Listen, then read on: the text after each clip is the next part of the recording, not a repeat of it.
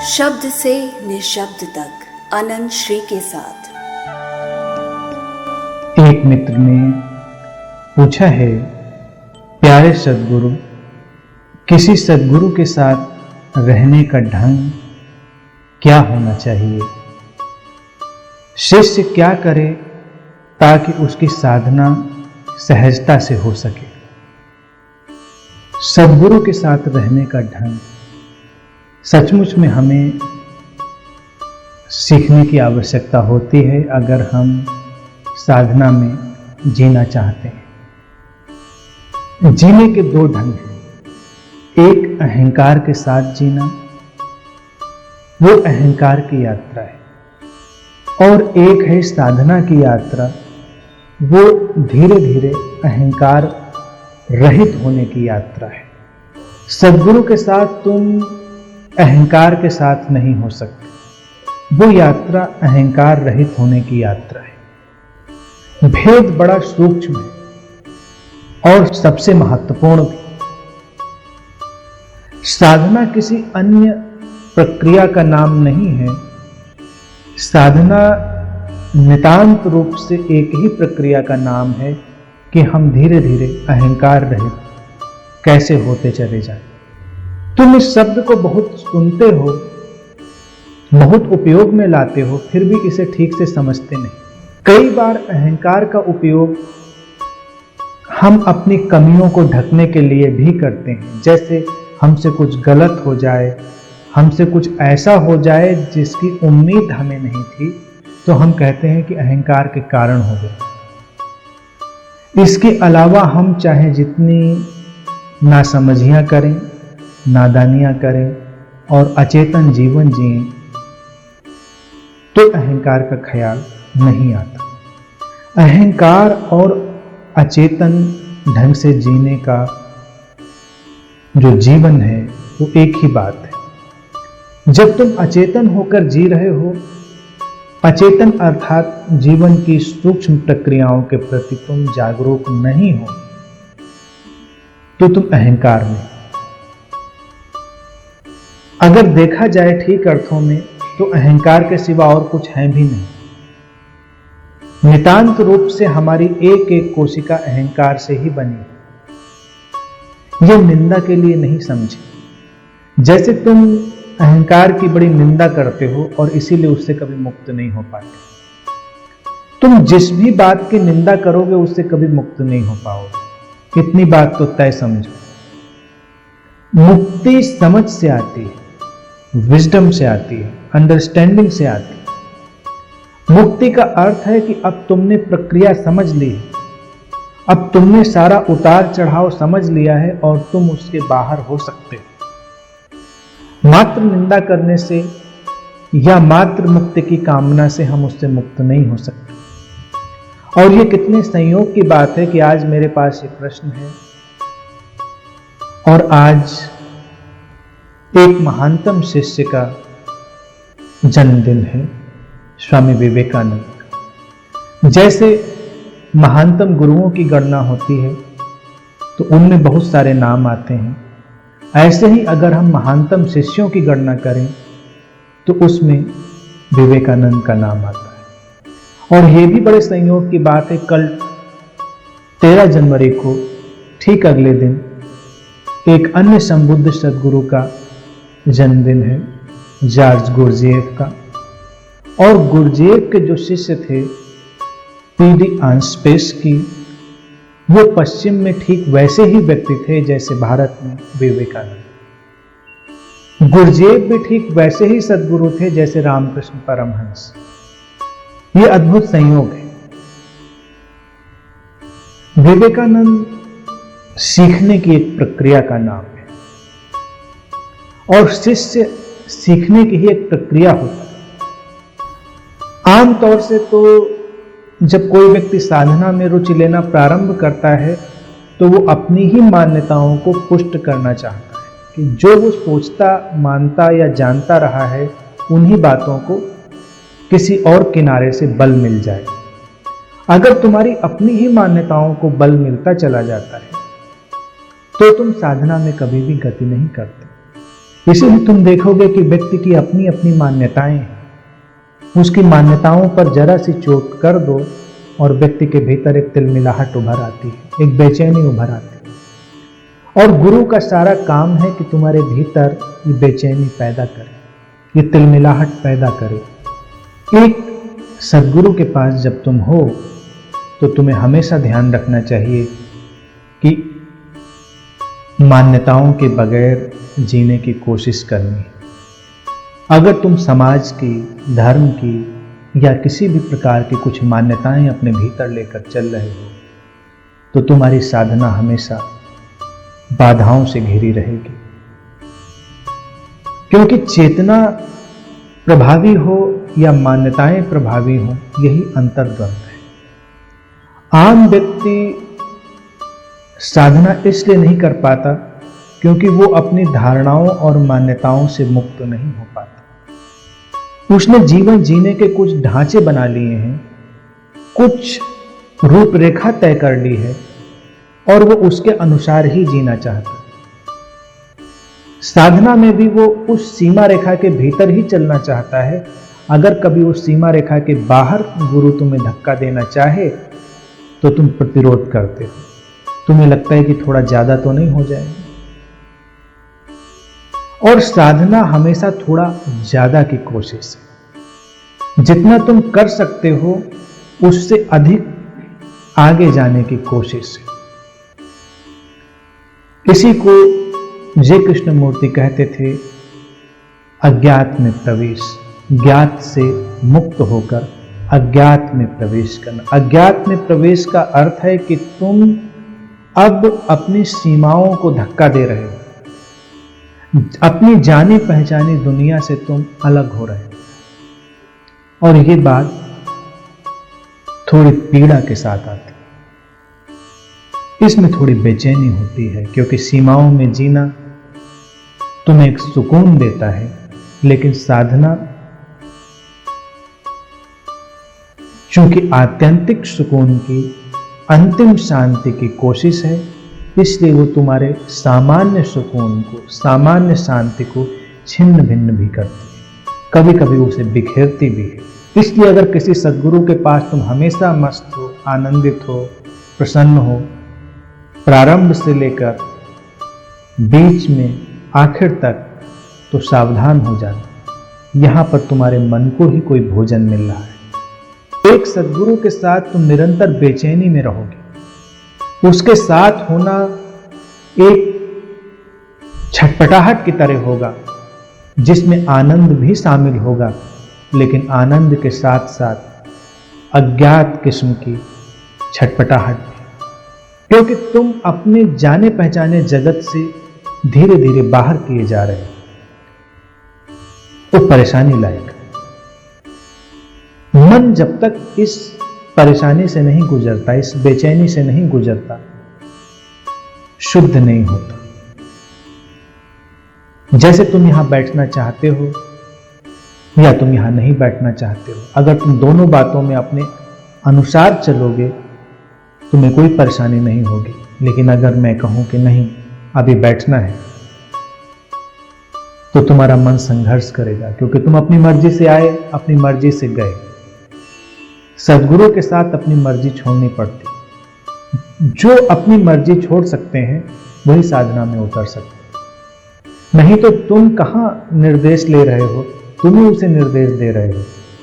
जैसे कई बार लोग मुझे बताते हैं कि कितने बजे उनको बुलाना चाहिए और कितने बजे उन्हें भेज देना चाहिए, तो साधना की सारी संभावना वहीं पर शून्य हो जाती है। जब तुम एक सद्गुरु के पास आओ तो अपने को पूरी तरह छोड़कर, अब क्या होगा कौन जाने, कुछ भी हो सकता है। विवेकानंद और रामकृष्ण के संबंध में भी ऐसा ही घटा। विवेकानंद अनेक गुरुओं के पास गए, उन्हें अच्छा लगा, उन्हें कोई परेशानी नहीं हुई, इसीलिए मैं उन्हें महानतम शिष्यों में से एक कहता हूं। चूंकि उन्हें अच्छा ही लगा तो वो सतर्क हो गए, कुछ हुआ ही नहीं, कोई चुनौती ही नहीं मिली। और जब वो पहली बार रामकृष्ण परमहंस के पास गए उनका साक्षात्कार किया विवेकानंद ने, उनके अंदर बेचैनी का एक तूफान खड़ा हो गया। अंदर से जैसे बहुत कुछ टूट कर बिखरने लगा। वो समझदार थे, बहुत ही जागरूक साधक थे। वो समझ गए ये शायद एक सद्गुरु से आमना सामना है। सद्गुरु से आमने सामने का तात्पर्य ही है कि तुम्हारे भीतर अहंकार का जमा जमाया जो जगत है वो बिखरने लगे, और वो बिखरता है तो पीड़ा और वेदना के साथ। विवेकानंद वहां पर धीरे धीरे बिखरे, और जब पूरी तरह बिखरे तो उनके भीतर से एक नया व्यक्ति उभरा। उन्होंने क्या साधना की क्या नहीं की ये मायने नहीं रखती बात, इसलिए तुम विवेकानंद की बहुत सारी साधनाओं के बारे में भी ठीक ठीक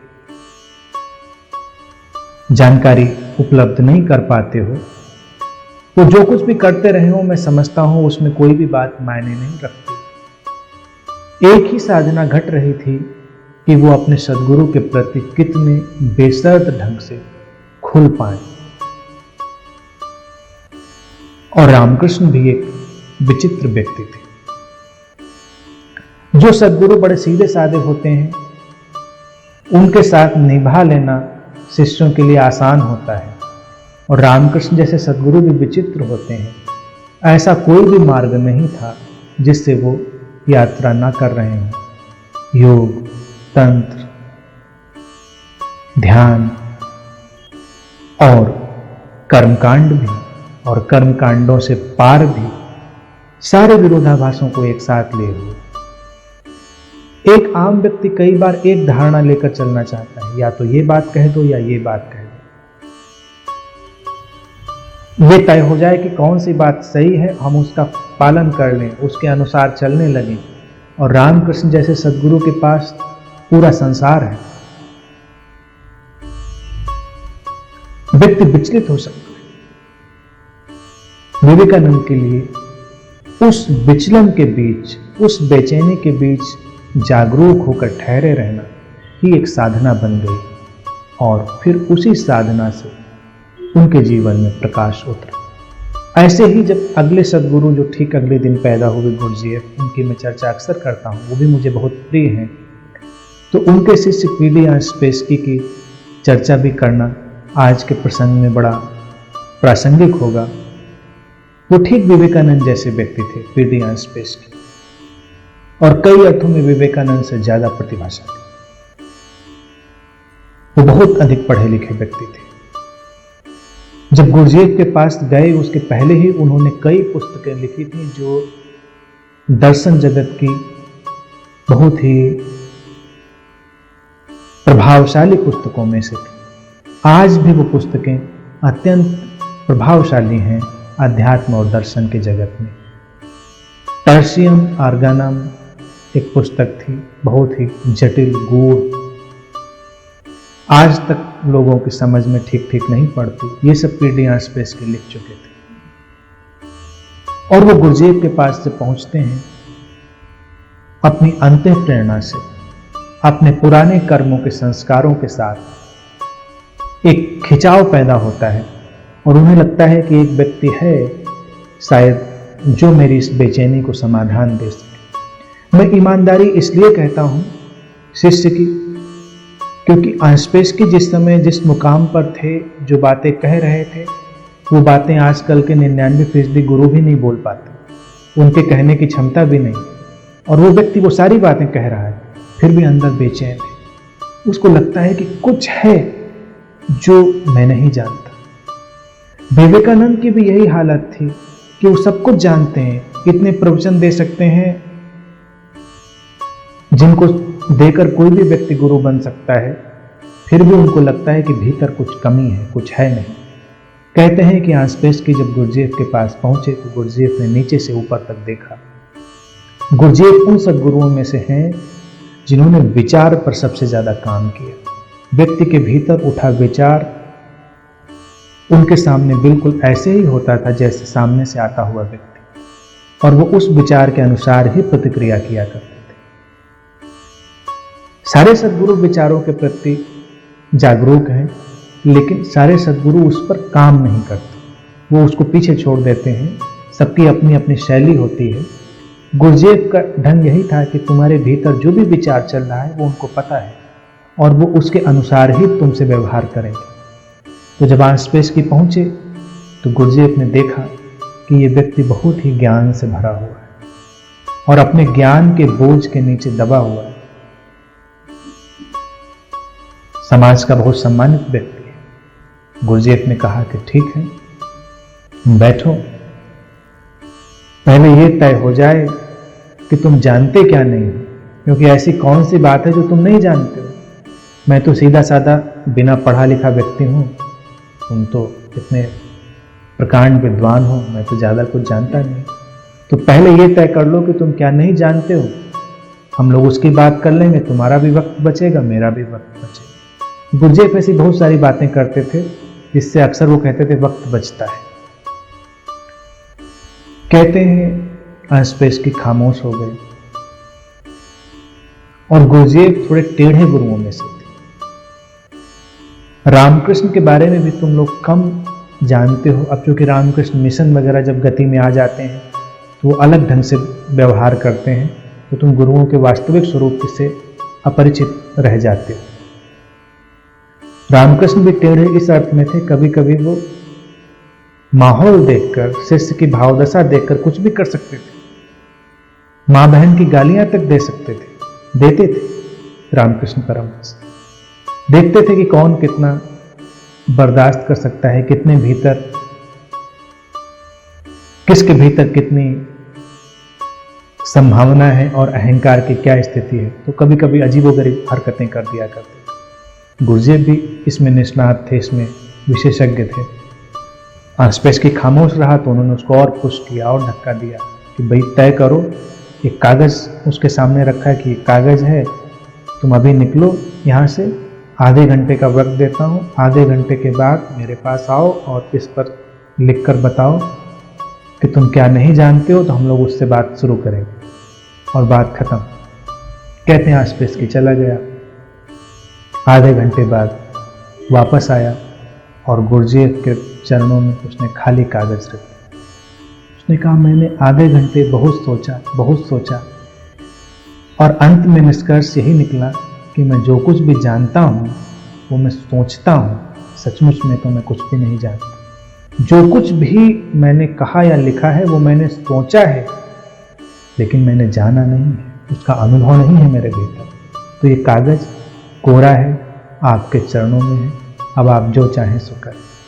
गुरुदेव ने कहा तुम ईमानदार व्यक्ति, ठीक है, तुमसे बात हो सकती। अगर तुमने ईमानदारी चूकी होती तो शायद तुमसे बात नहीं हो पाती। सद्गुरुओं के साथ जीने का यही ढंग है कि तुम ईमानदार रहो। तुम्हारे भीतर जो है तुम उसके अनुसार चलो। संयोग से प्रश्न मेरे पास आ गया है आज, और वो दोनों सद्गुरु ऐसे ही हैं कि ये स्थितियां निर्मित करते थे। हम तो यहां कुछ भी नहीं करते, हम शरीफ सद्गुरुओं में से। जैसा अस्तित्व चलाता है वैसे ही चीजों को चलने देते, क्योंकि अस्तित्व ही इतनी परिस्थितियां पैदा करता है तो अलग से क्यों बना, अलग से परेशान करने की जरूरत नहीं। हमारी दृष्टि यह है कि अस्तित्व ने ही तुम्हारे लिए इतनी उलझने परेशानियां खड़ी कर रखी हैं कि तुम अपने अहंकार से, अपने अंदर के कमजोरियों से दिन प्रतिदिन रूबरू होते ही रहते हो। बस अपनी जागरूकता को बढ़ाते रहो तो काम सहज होता जाएगा। लेकिन गुरुदेव और रामकृष्ण परमहंस परिस्थितियां निर्मित करते थे। अपने शिष्यों को कुछ ऐसा करने के लिए प्रेरित करते थे कि जो साधक है, जिस पर वो काम कर रहे हैं, उसके भीतर का जो जगत है वो निकल कर बाहर आ जाए। गुरुदेव तो कभी कभी शिष्यों को शराब भी पिलाते थे। वो कहते थे कि जब व्यक्ति नशे में हो जाता है तब अपने असली व्यक्तित्व में आ जाता है। ऐसे तो ऊपर से सब साधु बने बैठे, लेकिन थोड़ा नशे में आए तो उसके अंदर से निकल कर आता है वो क्या है, यहाँ क्यों आया है। वो कुछ भी कर सकते थे। कभी कभी तुम्हें अपमानित करने के ढंग, कभी दुर्घटनाएं, जैसे तुम एक गुरु के पास आए हो और तुम उम्मीद करते हो कि वहां आएंगे तो वो सारी रक्षा कर लेगा मेरी, कोई दुर्घटना नहीं होगी। गुरुदेव के पास तुम होते ये विचार जैसे ही तुम्हारे भीतर आया होता और वो कोई ना कोई दुर्घटना करवा देता। अक्सर वो अपने शिष्यों को कार में लेकर निकलते थे और बहुत तेज गति से चलाते हुए किसी पेड़ से टकरा देते थे, कहीं सड़क के किनारे खाई में कार फेंक देते थे, कुछ भी हो सकता था। तुम्हारी धारणा किसी भी समय चकनाचूर की जा सकती है। तुम सोच के आते उनके आश्रम में कि गुरुदेव तो बहुत सात्विक व्यक्ति हैं, बहुत सीधे साधे, और जैसे ही शिष्य गेट के अंदर घुसा, साधक, शिष्य उसे नहीं कहना चाहिए साधक, गुरुदेव ने उस विचार को वहीं से पढ़ा और अपने शिष्यों से कहते थे, जाओ शराब की बोतल लेके आओ और लड़कियों को भेजो। वो सब बीच में बैठकर गुरुदेव हाथ में प्याला लेकर बैठे। जब शिष्य आता था वो देखता था कि गुरु की ऐसी स्थिति और वो भाग जाता था उल्टे पैर। तो पीछे सब खूब हंसते थे। गुरुदेव कहते थे कि मैंने वक्त बचाया, क्योंकि इसके मन में, इसके अहंकार में ऐसे होल थे, ऐसे छेद थे जिनसे वो कभी न कभी अपनी धारणाओं को पुष्ट करता ही। तो मैंने उसकी धारणाओं को पहले ही पुष्ट कर दिया, वो वापस लौट गया, उसका भी वक्त बच गया, मेरा भी बच गया और तुम लोगों का भी बच गया। क्योंकि अगर सच्चे साधकों के बीच कुछ अहंकार पूर्ण लोग आ जाएं तो साधना में बेकार का व्यवधान पैदा होता है। क्योंकि जिसे पहचानना है वो पहले कदम पर ही पहचानता है, इसको नहीं पहचानना वो नहीं पहचानता। और हमारे साथ ये बात अस्तित्वगत रूप से इसलिए है, ये मैं तुम सबको बताना चाहूंगा कि बिना किसी आयोजन के यहां पर इस एनर्जी फील्ड में ये व्हील बहुत तेजी से घूमता है। जैसे ही तुम्हारे भीतर कोई विचार उभरता है, अस्तित्व से बहुत गति दे देता है। यानी कि तुम जिन अच्छी बातों में 20 साल में यात्रा कर सकते हो, वो यहां पर तुम 20 महीने से 20 दिन में भी कर सकते हो। और जिन बुरी बातों में यात्रा करने में तुम्हें 20 साल लगेंगे, वो भी हो सकता है 20 महीने से 20 दिन में तुम यात्रा कर डालो। तो हमारा वर्जन जो है वो एडवांस्ड वर्जन है। जैसे इलेक्ट्रॉनिक गैजेट्स आते हैं, तो जब नया गैजेट आता है, नया मोबाइल फोन आता है, नया लैपटॉप आता है, तो पहले वाले से एडवांस्ड फीचर के साथ आता है। टेक्नोलॉजी बढ़ती जाती है। तो अब जो हम काम कर रहे हैं स्पिरिचुअल सिनेरियो में, ये एडवांस टेक्नोलॉजी है। हमको बहुत सारी चीज़ें खुद करनी नहीं पड़ती। अब बहुत सारी इनबिल्ट वायरलेस टेक्नोलॉजी है, वो अपने आप काम करती है। इतना भी ध्यान देना नहीं कि हम डेटा रखें और वर्क करें, एग्जिस्टेंशियल फोर्सेस अपने आप वर्क करते हैं। तो तुम्हें हमेशा सावधान रहना। जो मित्र मेरे साथ 10 साल तक चल चुके हैं वो इस बात को अच्छी तरह जानते हैं कि कई बार कितने थपेड़े, कितने उथल पुथल उनके भीतर और बाहर मचने की संभावना बनी रहती है। जो अभी भी साथ रह गए हैं वो बिल्कुल पक्के हैं, नहीं तो कुछ महीने से कुछ साल के भीतर वो व्हील घूम कर एग्जॉस्ट हो जाता है। तुम्हें इसके लिए सावधान रहना है। एक गुरु के पास व्हील बहुत तेज घूम रहा है। तुम्हें अपनी मनोदशाओं के प्रति, अपनी परिस्थितियों के प्रति, सबके प्रति जागरूक रहना है। तुम्हारी जागरूकता ही तुम्हें उनसे मुक्त करेगी। तुम ये नहीं पूछ सकते कि ऐसा क्यों। कई बार तुम्हारी अस्वस्थताएं भी बहुत फास्ट गति से, बहुत तीव्र गति से प्रकट हो सकती हैं। जैसे तुम्हारा शरीर अगर 10 साल में धीरे धीरे बीमार होकर आगे जाना है, तो एक सद्गुरु के सानिध्य में हो सकता है वो 10 महीने में ही किसी गहरी बीमारी से गुजर जाए। लेकिन ये परेशानी नहीं है, ये सौभाग्य है कि तुम्हारे 9 साल बचे और तुम मुक्त भी हो गए। तुम उस कार्मिक बंधन से मुक्त भी हो गए। इसी तरह से तुम्हारा अहंकार, कई बार अहंकार धीरे धीरे बढ़ता है पौधे की तरह, लेकिन एक सद्गुरु के पास अहंकार ऐसे बढ़ता है जैसे तुम पानी खींचने वाली मशीन लगाकर पानी ऊपर चढ़ाते हो। दिन दूना रात चौगुना बढ़ रहा है। तुम जरा जागरूक हो तो तुम सतर्क हो सकते हो कि क्या हो रहा है। जैसे ही तुम जागे तुम उससे मुक्त होगे। तुम्हारी कामनाएं बढ़ सकती हैं, तुम्हें उनके प्रति जागना होगा। तुम्हारा लोभ बढ़ सकता है, तुम्हारा क्रोध बढ़ सकता है। कोई भी विकार बहुत गति से आगे बढ़ सकता है। ये बात बड़ी महत्वपूर्ण है। और अगर वो आगे बढ़ रहे हैं तो तुम जानना कि तुम एक बुद्ध क्षेत्र में हो, तुम सद्गुरु के साथ हो, क्योंकि जो उभर कर बाहर आएगा उसी से तुम मुक्त होगे। इसीलिए बढ़ती हुई बातों से कभी घबराना नहीं। जैसे कुछ लोगों को लगता है कि साधना तो मैं इतनी कर रहा था, कितना क्रोध बढ़ गया, पहले तो बड़ा शांत था और जब से गुरु के साथ गया कितना क्रोध बढ़ गया। मुझसे शिकायत भी करते हैं घर वाले कि इनको समझाइए, आजकल बहुत क्रोध करते हैं,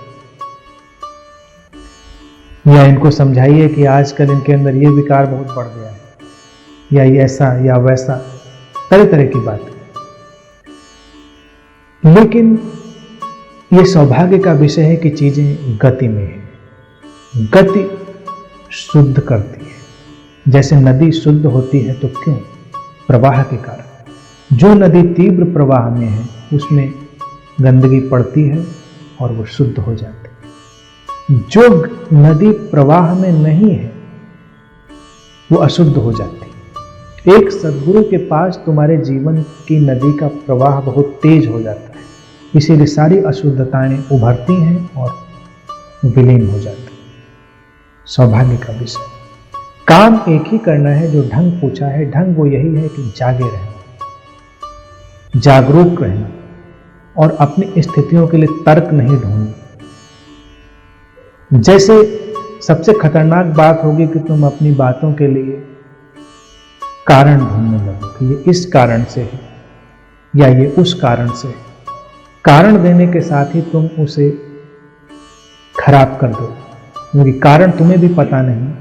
जीवन की इस लंबी यात्रा में तुम इतने पड़ावों से गुजरे हो, इतने कारण हो सकते हैं कि तुम उन्हें समझने से बहुत उलझन में पड़ सकते हो। अच्छा यही होगा कि तुम उन्हें समझने की चेष्टा ना करो, उनके प्रति बस जागो और देखो कि ऐसा ही है और ठहरे रहो, टिके रहो।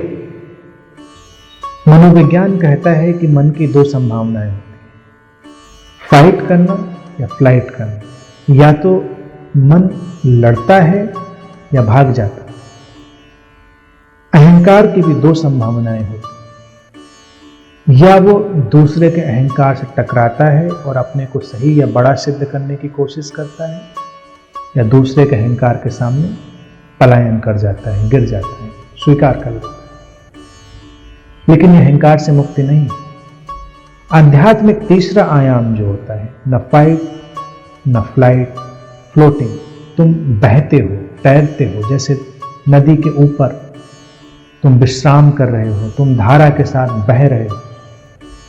बहने का सौंदर्य यह है कि तुम देख भी सकते हो, तुम उस प्रक्रिया का दर्शन भी कर सकते हो। यह दर्शन करना ही तुम्हें मुक्त करता है। तुम न लड़ना है न भागना है, बहना है। एक सद्गुरु के साथ भी जो ढंग पूछा है वो तीसरा ही ढंग होना है कि उसकी धारा के साथ तुम बहो, बहते रहो। धीरे धीरे सब कुछ बह जाएगा और तुम शुद्ध रूप में बचोगे। तुम सद्गुरु के साथ दो ही काम कर सकते हो, या तो तुम उसके साथ टिके रहोगे या भाग जाओगे। संघर्ष के साथ अगर तुम टिके रहे तो भी कोई काम नहीं होगा, और अगर तुम भाग गए तो भी कोई काम नहीं होगा। तुम उसकी ऊर्जा में अपने को छोड़कर धीरे धीरे जागरूकता के साथ प्रवाह में हो सकते हो। तो जीवन का यही ढंग है कि न लड़ो न भागो, ठहरे रहो।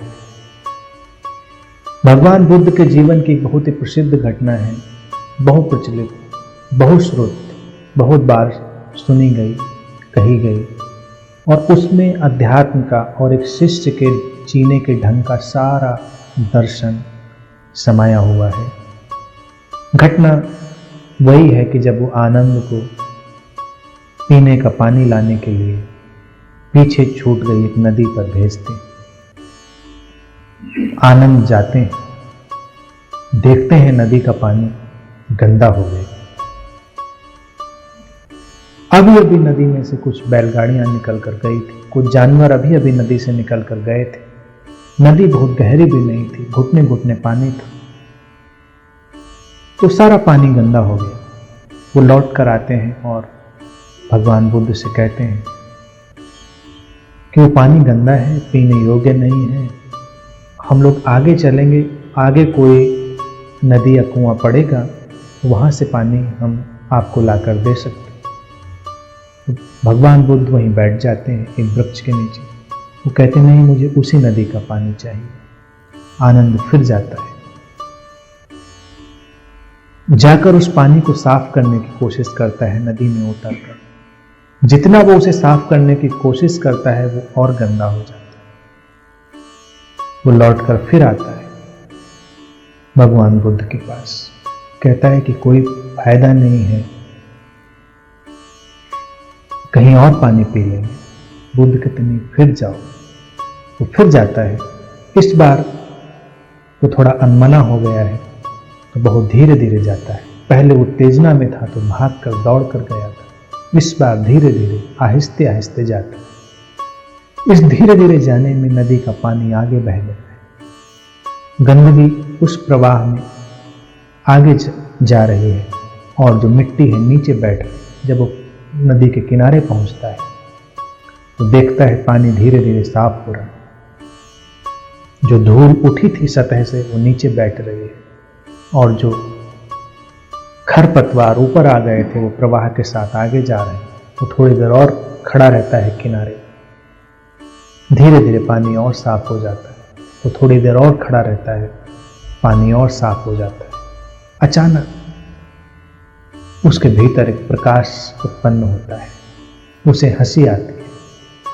कहता है, बात समझ में आ गई, शायद मुझे यही बताना चाह रहे हैं कि जीवन की नदी के साथ संघर्ष नहीं, उसके साथ पलायन नहीं, पूरी जागरूकता से उसके किनारे खड़े रहो और फिर नदी अपने आप शुद्ध हो जाती है।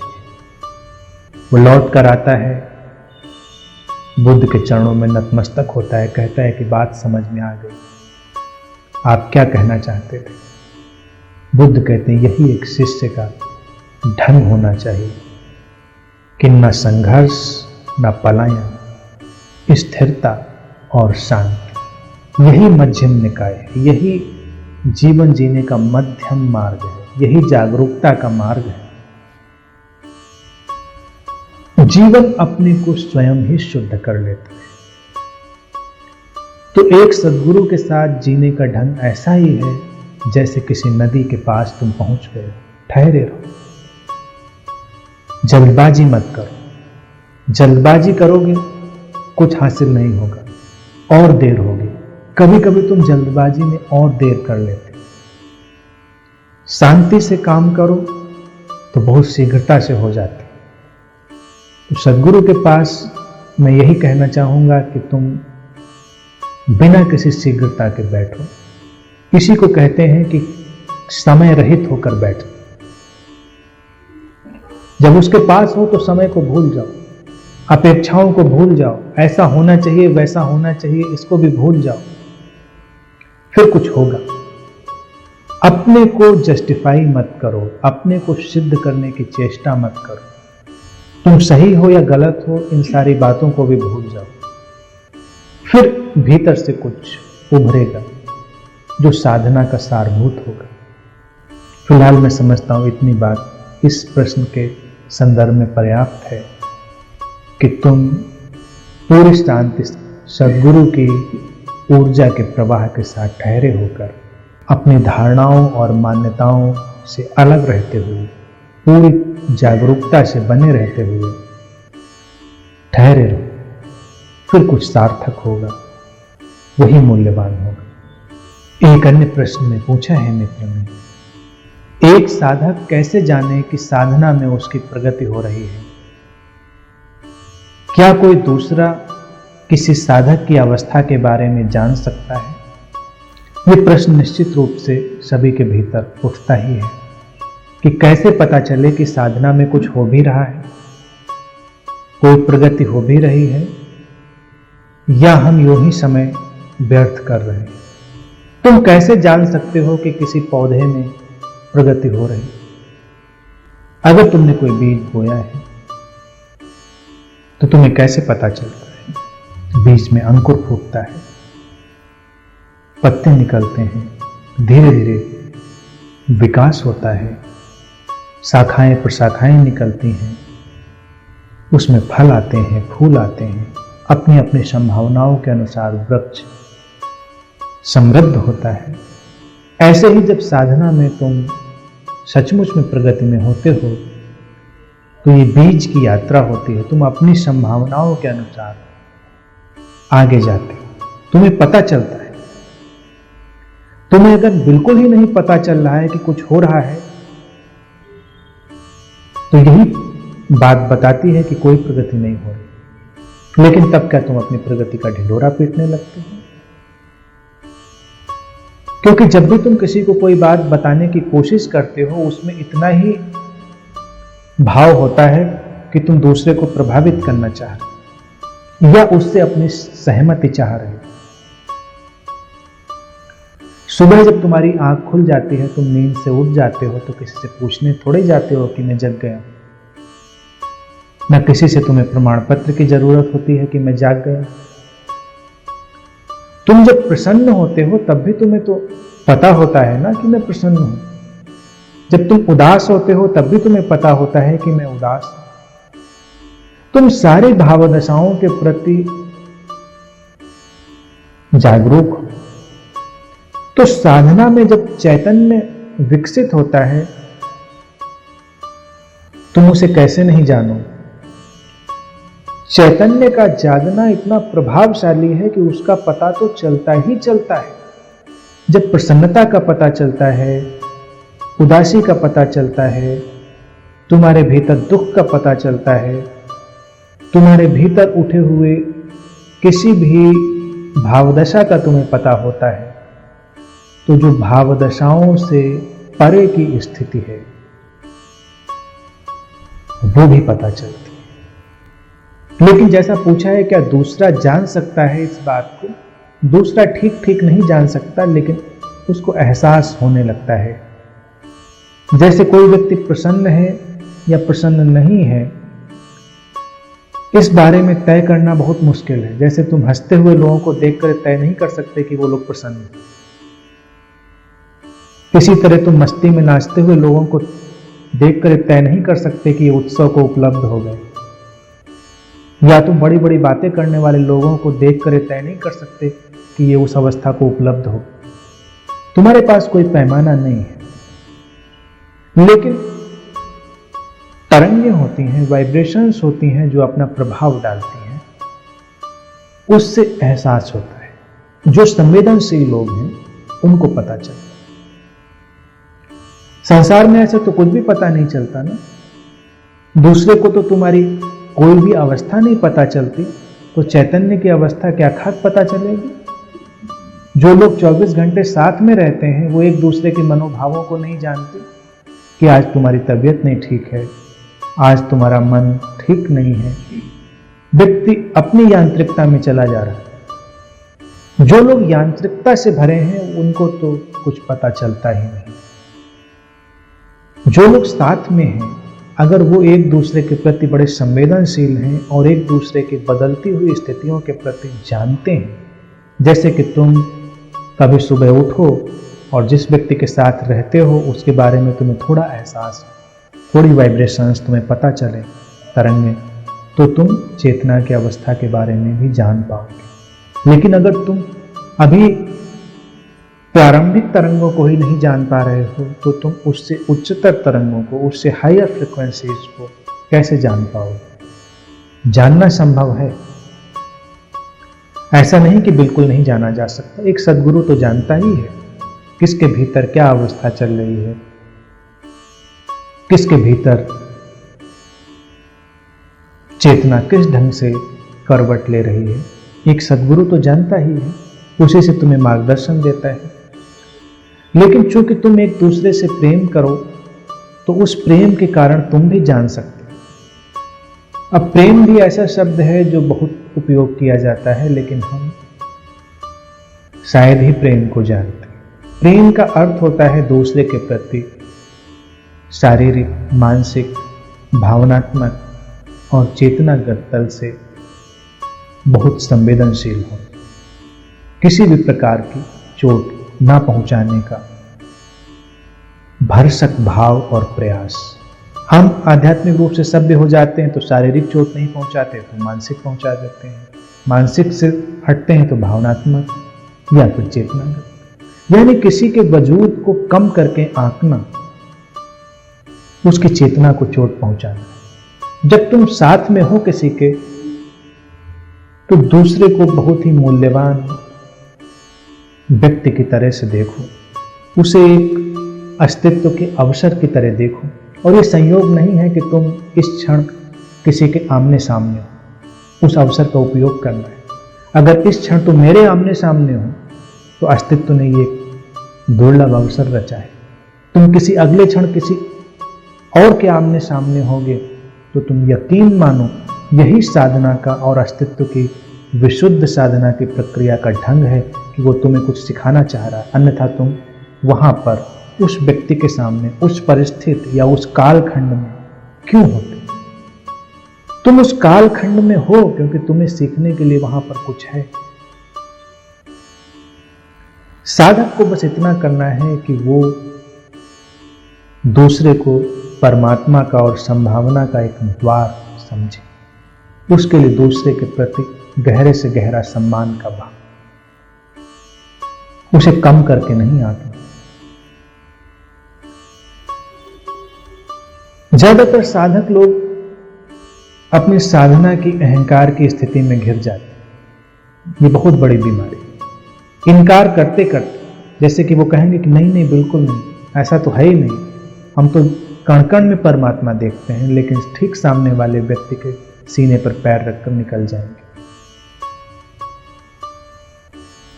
कण कण में परमात्मा ना देखो, ये अनुकंपा होगी अस्तित्व पर। कम से कम जिस व्यक्ति के आमने सामने हो उसका पूरा सम्मान करो। यही प्रेम की पहली पाठशाला है। प्रेम की पहली पाठशाला का पहला अध्याय, पहला लेसन यही है कि दूसरे का पूरा सम्मान, उसे किसी भी प्रकार आहत करने की चेष्टा नहीं। जैसे तुम सत्य का भी उपयोग हथियार की तरह करते कि सत्य बोलेंगे चाहे दूसरे को हम आहत भी क्यों न करें, उस सत्य का कोई काम नहीं। जैसे सद्गुरु लोग बहुत झूठ बोलते, संसार में जो सबसे अधिक झूठ बोलने वाली प्रजाति होती है वो सद्गुरुओं की होती है। वो तुम्हारी चेतना को किसी न किसी प्रकार से आगे ले जाना चाहते हैं और तुम जिस सहारे से भी आगे बढ़ सकते हो उनको वो उपयोग में लाना पड़ता है। ये सूक्ष्म तरंगों का मामला है। महसूस करने की क्षमता को विकसित करना है, उसी से तुम्हें साधना में प्रगति पता चलेगी। 2 घंटे तुम पूजा करो, ध्यान करो, योग करो, इससे कोई फर्क नहीं पड़ने वाला अगर तुम संवेदनशील नहीं हो।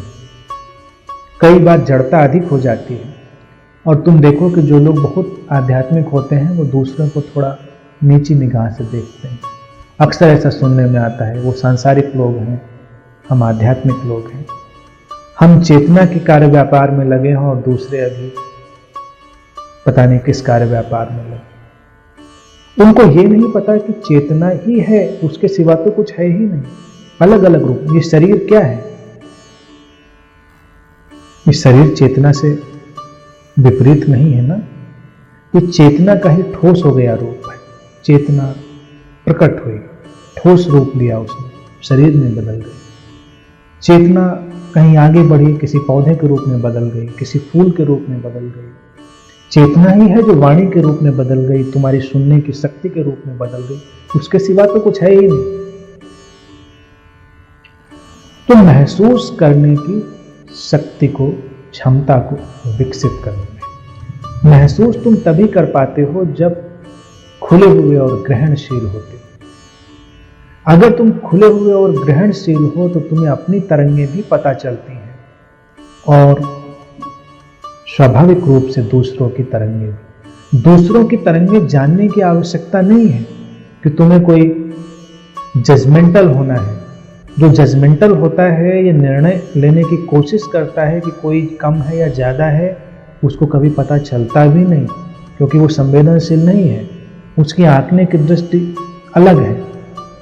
जैसे अक्सर लोग मुझसे पूछते रहते हैं कि ये इनलाइटेंड है या इनलाइटेंड नहीं है, तुम क्या करोगे जानकर, और तुम्हारे ऊपर क्या फर्क पड़ेगा। कई इनलाइटेंड लोगों से मैंने कई लोगों को मिलवाया भी, तो लोगों ने कहा कि अब मुझे इनलाइटेंड नहीं होना। तो क्या करना है इनलाइटनमेंट का? तुम्हें इन बातों में रस लेने की जरूरत क्या है?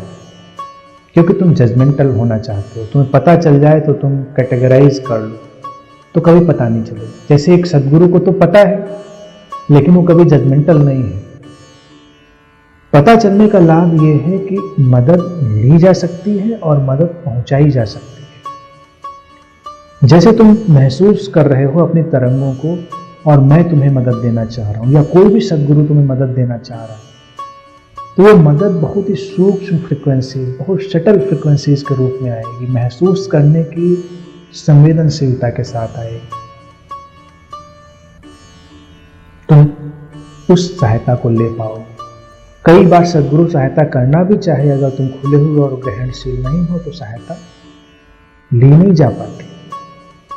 इसी तरह से अगर तुम किसी की सहायता करना चाहते हो, तब भी वही भावदशा, वही प्रेम की, वही सम्मान की, वही संवेदनशीलता की भावदशा चाहिए होती।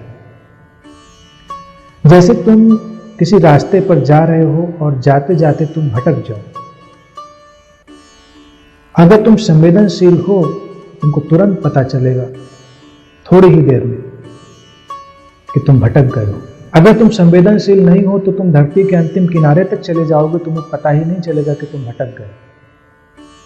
जो कुशल पर्वतारोही होते हैं, तुम्हें पता नहीं ये बात पता है या नहीं, वो पर्वतारोहण सीखते सीखते इतने अपनी यात्रा के प्रति संवेदनशील हो जाते हैं कि जब भी कभी कोई गलत रूट ले लेते हैं, उनको पता चल जाता है कि कुछ गड़बड़ हो गई, कहीं से हम मार्ग भटक गए, और वो अपने को ठीक कर लेते।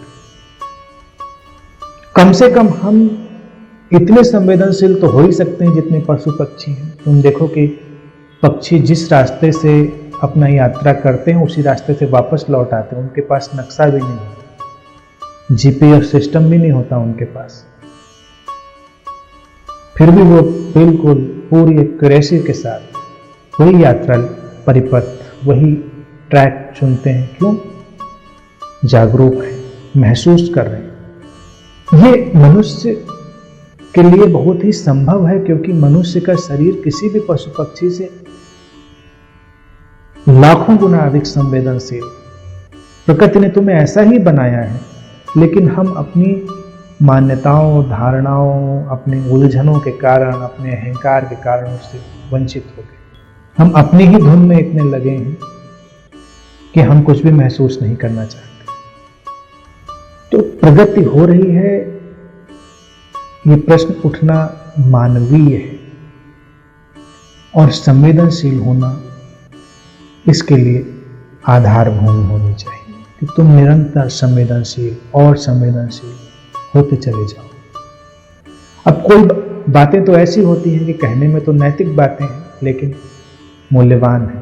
जैसे एक छोटी सी बात है, एक साधक को हमेशा उसे फॉलो करके देखना चाहिए।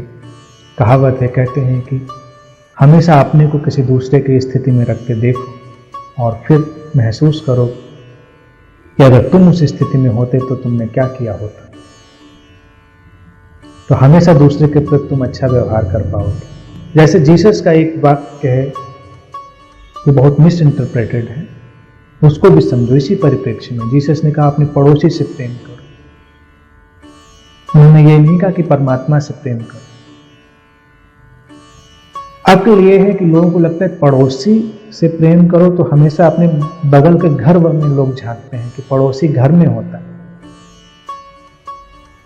ना। किसी से पूछो अपने पड़ोसी से प्रेम करो तो लोग कहते पड़ोसियों से प्रेम करना तो बड़ा कठिन है, क्योंकि तुम्हारी आदत दूसरों के घरों में झांकने की है। कोई न कोई मौका बहाना मिले कि दूसरों के घर में झांक पाए, तो जीसस के बाकी के बहाने। पड़ोसी का अर्थ है जो तुम्हारे ठीक पास है, पड़ोस में है, वही पड़ोसी। परमात्मा को छोड़ सकते हो उसके हाल पर, और परमात्मा से प्रेम करना आसान है, क्योंकि वो कोई दखलंदाजी नहीं करता, उसकी चॉइसेस नहीं है, वो बोलता नहीं, बात नहीं करता, अपना भाव नहीं बताता। तुम्हारा मन हो जो बना के प्रसाद खिलाओ, वो कभी फरमाइश नहीं करता आज मुझे ये नहीं खाना। जिस टाइम मन हो तुम खिला दो, जिस ठंडक में नहला दो उसको, कुछ भी कर दो। परमात्मा से प्रेम करना, उसकी पूजा करना बड़ा आसान है। इसीलिए लोग मरे हुए गुरुओं के प्रति बड़े सुकून में रहते हैं। कुछ करते नहीं बेचारे, तस्वीर है, मूर्ति है, तुम जो मर्जी चाहो करो। लेकिन जिंदा गुरु, जिंदा व्यक्ति अड़चन खड़ी करता है, वो कुछ भी कह सकता है, ये ऐसा नहीं, ऐसा चाहिए। और जो गुरु करीब करीब मरे की माफिक हो जाते हैं, वो भी बड़ा आकर्षित करते हैं लोगों को। अगर पब्लिक का बहुत ज्यादा सपोर्ट चाहिए तो गुरुओं को मरे की माफिक होना पड़ता है। अपना कुछ नहीं, जैसे पब्लिक चाहेगी हम वैसा करेंगे। पब्लिक खुश है, लोग खुश हैं। लेकिन जो जीवित व्यक्ति है वो अड़चन खड़ी कर सकता है। तुम सोच कर आए थे ऐसा होगा, वो कहता नहीं ऐसा नहीं। अब तुम्हें तारतम्य बिठाना पड़ता है, अब तुम्हारे प्रेम को चुनौती मिलती। इसीलिए कई बार लोग उन लोगों से प्रेम आसानी से कर पाते हैं जो कोई अपनी आवाज नहीं रखते। पारंपरिक संबंधों में भी करीब करीब यही स्थिति बनाई गई। जो विवाह की स्थिति बनाई गई उसमें इसको ऐसे ही प्रयोग करके ढाला गया। लोगों ने कोशिश की कि विवाह में कम से कम स्त्री उस अवस्था में पहुंच जाए जिसकी अपनी कोई आवाज नहीं, तो तुम बड़े आराम से उससे प्रेम कर सकते हो। जब मर्जी चाहे उसके साथ बैठो, जब मर्जी चाहे ना बैठो, जब मर्जी हो तुम ये करो, जब मर्जी हो वो करो। उसको हमेशा यस कहना चाहिए, क्योंकि वो करीब करीब मृत है, उसकी अपनी कोई आवाज नहीं। उसकी कोई आवाज नहीं तो तुम्हें कोई अड़चन नहीं। वो विवाह सफल भी बहुत रहते हैं जहां पर एक व्यक्ति डोरमेंट हो जाता है। लेकिन जीवंतता के साथ जीना ही जीवन है, वही साधना है, वही प्रगति है। कि जब तुम जीवन के साथ चल रहे हो तो कदम कदम पर चुनौती है, क्योंकि जीवन मृत नहीं है, तुम्हारे अनुमान से नहीं चलता। अब जैसे विवाह की बात करूं, तुमने मान के रखा था कि तुम आओगे, तुम्हारी पत्नी खाना सजाकर तुम्हारा इंतजार कर रही होगी, करना ही चाहिए उसको। नहीं करते हुए मिले तो अड़चन होती। प्रकृति ऐसा नहीं करती। तुम मान के चले थे कि आज पानी नहीं बरसेगा, बरस गया। तुमने माना कि काश इतना ठंडा नहीं पड़ता, पड़ रहा है, क्या कर सकते। प्रकृति की अपनी लय है, वो जीवंत है, वो तुम्हारे लिए कदम कदम पर चुनौती खड़ी करती है। तुम्हें उसके साथ तारतम्य बिठाकर जीना पड़ता है। तो अपने लोगों के साथ जो तुम्हारे आसपास हैं, ऐसी ही जीवंतता और संवेदनशीलता के साथ जियो ताकि उनका जीवन बढ़ सके। क्योंकि तुम्हारे आसपास अगर कुछ भी मृत हो रहा है तो तुम भी मृत हो रहे हो, तय बात है। अगर तुम्हारे शरीर की एक कोशिका सड़ रही है, यकीन मानो कि धीरे धीरे तुम्हारा पूरा शरीर भी सड़ेगा, खत्म हो जाएगा। तो अगर तुम्हारे आसपास का व्यक्ति कम जीवंत हो रहा है, कम चुनौतीपूर्ण हो रहा है, तो तुम भी धीरे धीरे कम जीवंत हो जाओगे, कम संवेदनशील हो जाओगे। सदगुरु के पास होने की जो बात थी वो भी यही बात है कि वो एक परम जीवंतता में जी रहा है, लगातार तुम्हारे लिए चुनौतीपूर्ण स्थितियां निर्मित कर रहा है। लेकिन वो तुम सामान्य जीवन में रहते हुए भी कर सकते, तब तुम्हें प्रगति का एहसास होगा। प्रगति का एहसास, जीवन का एहसास। वातावरण में सारी तरंगें व्याप्त हैं, उन्हें महसूस करने की बात है। और जब तुम इस सूक्ष्म तरंगों के जगत के प्रति जागते हो तो तुम मदद ले भी सकते हो और मदद दे भी सकते हो। यही साधना का उद्देश्य है कि साधना कोई परिकल्पना नहीं है, वो जीवन को आत्यंतिक सौंदर्य से, और आत्यंतिक संवेदनशीलता से जीने का एक ढंग है। तो इस महसूस करने की यात्रा पर हम सबको निकलना है।